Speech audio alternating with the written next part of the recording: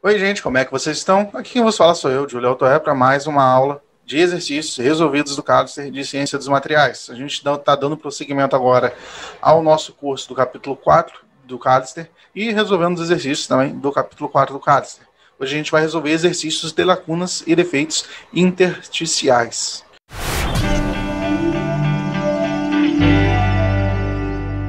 Bom, o nosso primeiro exercício ele pede para calcular a fração de sítios atômicos que estão vazios para o chumbo, ele me deu o meu material, e em sua temperatura de fusão, 327 graus Celsius. Né? O chumbo é um material que a gente sabe que ele se funde a uma temperatura relativamente baixa, e ele pediu para eu supor que a energia de formação de vacância é de 0,55 elétron-volts por átomo. Gente, essa questão é bem tranquilinha, ela é só eu aplicar aqui a minha equação, não tem muito segredo. Eu tenho a minha equação aqui com o número de vacância, né? Vacância ou lacuna, como você preferir chamar.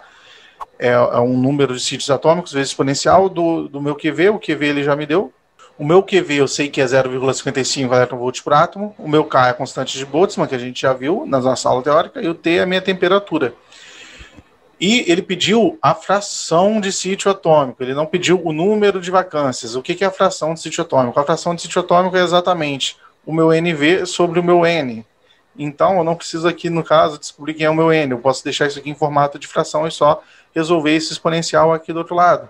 Então, eu vou substituir aqui o meu valor, 0,55 elétron-volts por átomo. O meu K, eu sei que para o elétron-volt, né, pode ser Joule também, né, mas no caso aqui eu estou trabalhando no elétron-volt átomo, ele é 8,62 vezes 10 a menos 5, e eu tenho 327 graus Celsius, quando eu converto para Kelvin eu tenho que adicionar 273, eu estou trabalhando com 600 Kelvin, que é a temperatura de fusão. Resolvendo essa continha aqui, eu vou ter que minha fração vai ser 2,41 vezes 10 a menos 5.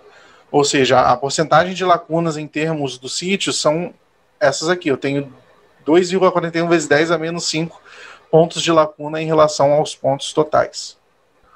O meu exercício 2, ele pede o seguinte, ele pede para calcular o número de vacâncias por metro cúbico. Aqui ele já não está pedindo fração, ele está exatamente pedindo para calcular o número de vacâncias a 850 graus Celsius, no ferro, no caso. Né? A energia para a formação de vacância, ele me deu aqui que é 1,08 elétron-volt átomo, e, além disso, a densidade e o peso atômico do ferro é 7,65 gramas por centímetro cúbico e 55,85 gramas por mol, respectivamente. Esse aqui, primeiro, a gente vai ter que calcular quem é o nosso N, né? O nosso N, aqui, ele é exatamente o meu número de Avogadro. Eu peguei aqui a minha equação, vim para cá. O meu NV vai ser o N vezes exponencial de menos QV sobre KT, mas eu posso pegar esse N aqui e substituir todo esse termo aqui, que é exatamente o meu, esse aqui é o meu N.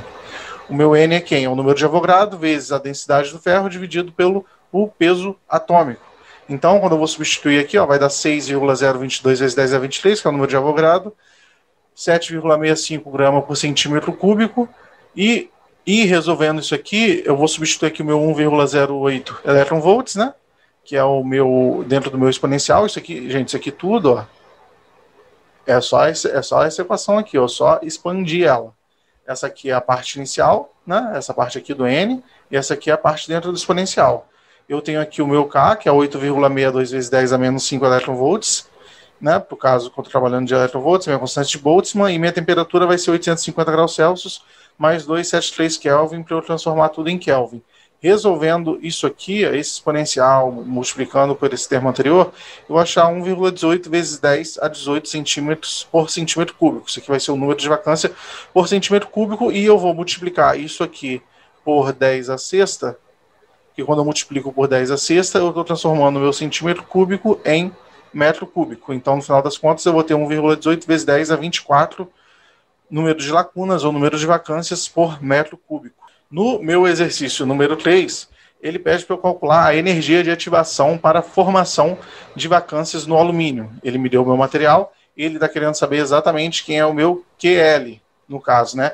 Dado que o número de equilíbrio de vacâncias a 500 graus Celsius, ou seja, 773 kelvins, é 7,57 vezes 10 a 23 por metro cúbico. Ele me deu o meu peso atômico e a densidade nessa temperatura. Então, o que eu tenho aqui é um pouco parecido com o que eu fiz antes, só que agora eu quero descobrir quem é o meu QV. E ele me deu o meu NV. Eu sei que o meu N vai ser o número de Avogadro vezes a minha densidade dividido pelo meu peso atômico. Eu já estou calculando o meu N aqui antes. Quem é o meu N? Vai ser o número de Avogadro, né? Vezes a minha densidade dividido pelo peso atômico, que vai dar 5,85 vezes 10 a 22 átomos por centímetro cúbico. Eu estou transformando esse centímetro cúbico em metro cúbico, e para isso eu vou ter que multiplicar por 10 a sexta. Então eu vou ter 5,85 vezes 10 a 28 átomos por metro cúbico. Esse aqui é o meu valor de N, é esse termo aqui da equação. O que eu quero saber é o meu QV. O meu NV, ele já me deu também, ou seja, eu tenho aqui o meu K, que é a minha constante de Boltzmann, a temperatura eu também sei, eu sei o meu N e sei o meu NV. Então, antes de eu resolver isso aqui, eu vou fazer uma manipulação algébrica exatamente para eu isolar o meu QV. Como que eu isolo o meu QV?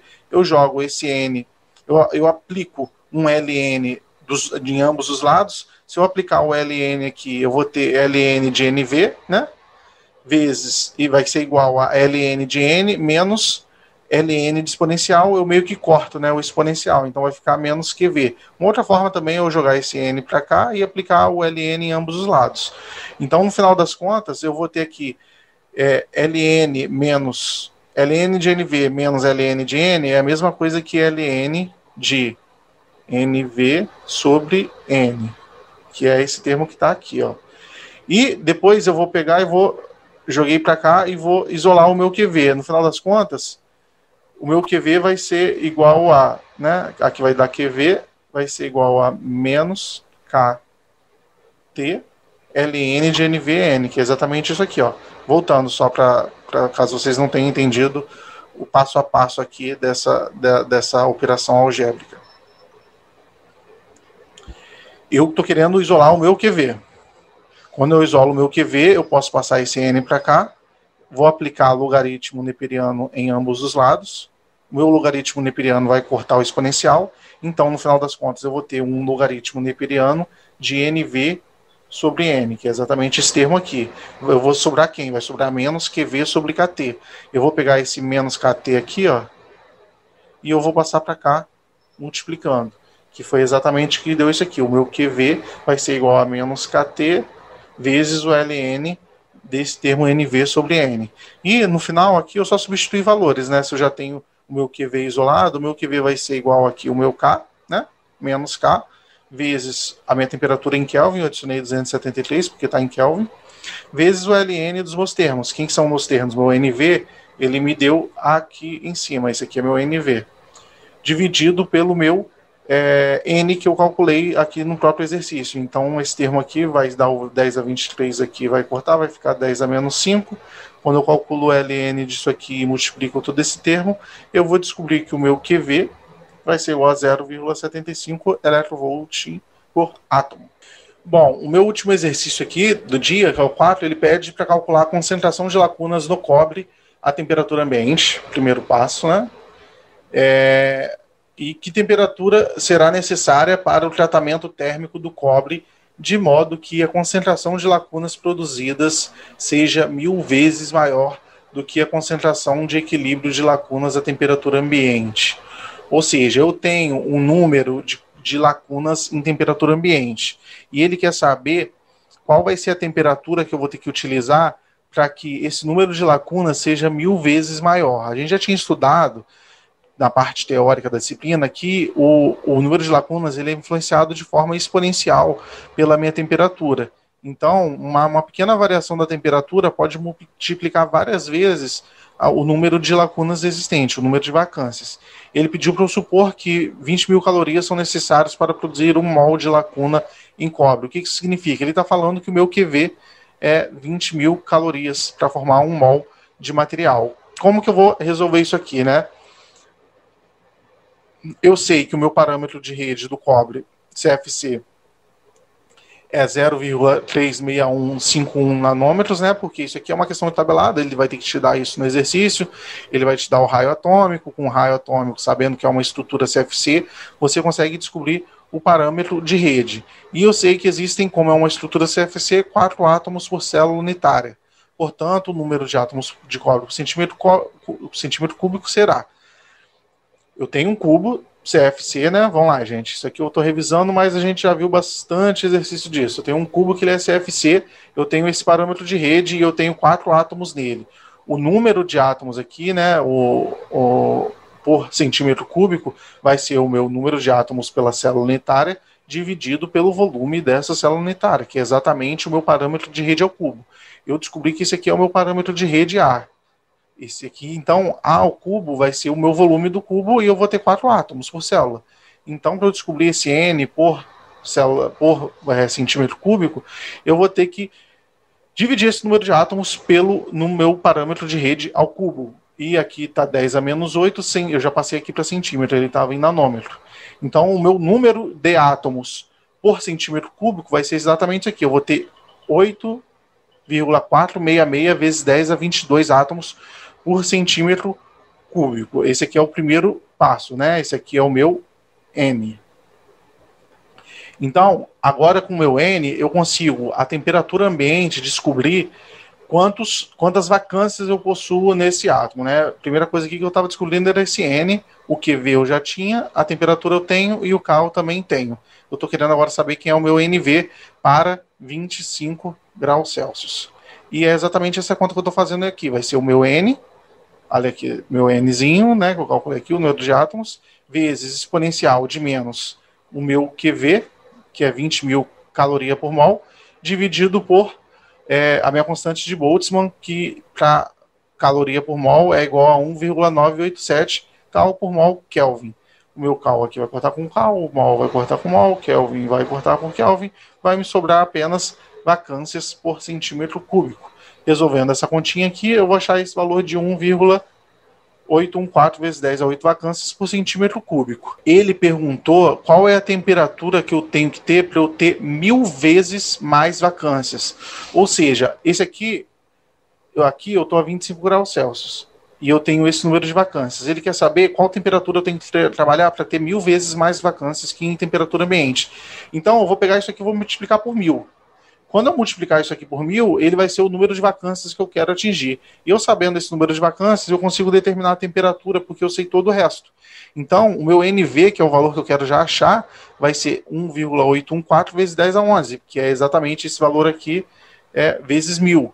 E isso vai ser igual a N vezes exponencial de menos QV sobre RT. Quem é o meu valor de N? O meu valor de N eu calculei aqui no início. Então, esse termo aqui, 1,814 vezes 10 a 11, ele vai ser igual a 8,466 vezes 10 a 22, vezes exponencial de menos 20.000, dividido por 1,987, que é esse aqui é a minha constante de Boltzmann. E a temperatura é exatamente o que eu quero descobrir, é a minha temperatura. Eu vou pegar isso aqui, depois eu vou jogar para cá dividindo, né? Então, o meu exponencial, né, que é meu termo aqui à direita, eu estou botando ele aqui à esquerda agora, o meu exponencial de menos 20.000 sobre 1,987t vai ser igual a 1,184 vezes 10 a 11, que é o termo aqui de vacâncias que eu quero saber, que foi dado para aquela temperatura, dividido pelo número de sítios. Resolvendo essa continha aqui, eu vou achar 2,14 vezes 10 a menos 12. E agora, como que eu corto esse exponencial? Eu aplico um logaritmo neperiano aqui, aplico um logaritmo neperiano aqui. Então, eu cortando esse exponencial, menos 20.000 sobre 1,987t vai ser igual a logaritmo neperiano desse valorzinho aqui. Agora, só isolando o meu t, quem que vai ser o meu t? O meu t eu vou jogar para cá, o meu logaritmo neperiano eu vou jogar para cá. Então, o meu t vai ser igual a 20.000, dividido por 1,987, dividido por 26,87. Esse 26,87 aqui, ó, ele é exatamente o valor aqui do meu logaritmo neperiano. Resolvendo essa continha aqui, eu vou achar 375 Kelvin, que eu diminuindo 273, vou achar 102 graus Celsius. Então, esse aqui é o meu valor. Vocês conseguem reparar que eu estava a 25 graus Celsius, eu adicionei 75 graus mais ou menos de temperatura, né, 77 graus Celsius, e eu multipliquei por 3 a quantidade, por 3 não, multipliquei 1000 vezes a quantidade de lacunas que existia no meu material. Isso só reforça a ideia de que eu tenho uma relação exponencial do número de lacunas com a temperatura. Bom, gente, hoje a aula de hoje foi isso. Eu espero que vocês tenham entendido. Caso tenha ficado alguma dúvida, deixem aí no comentário que eu vou tentar tirar a dúvida de vocês. Caso tenha algum feedback, eu agradeço, deixa aí sua crítica, porque a gente está sempre procurando melhorar aqui. Curte, compartilhe e mande isso aí para seus amigos, que ajuda bastante o nosso trabalho. Um grande abraço e tchau, tchau.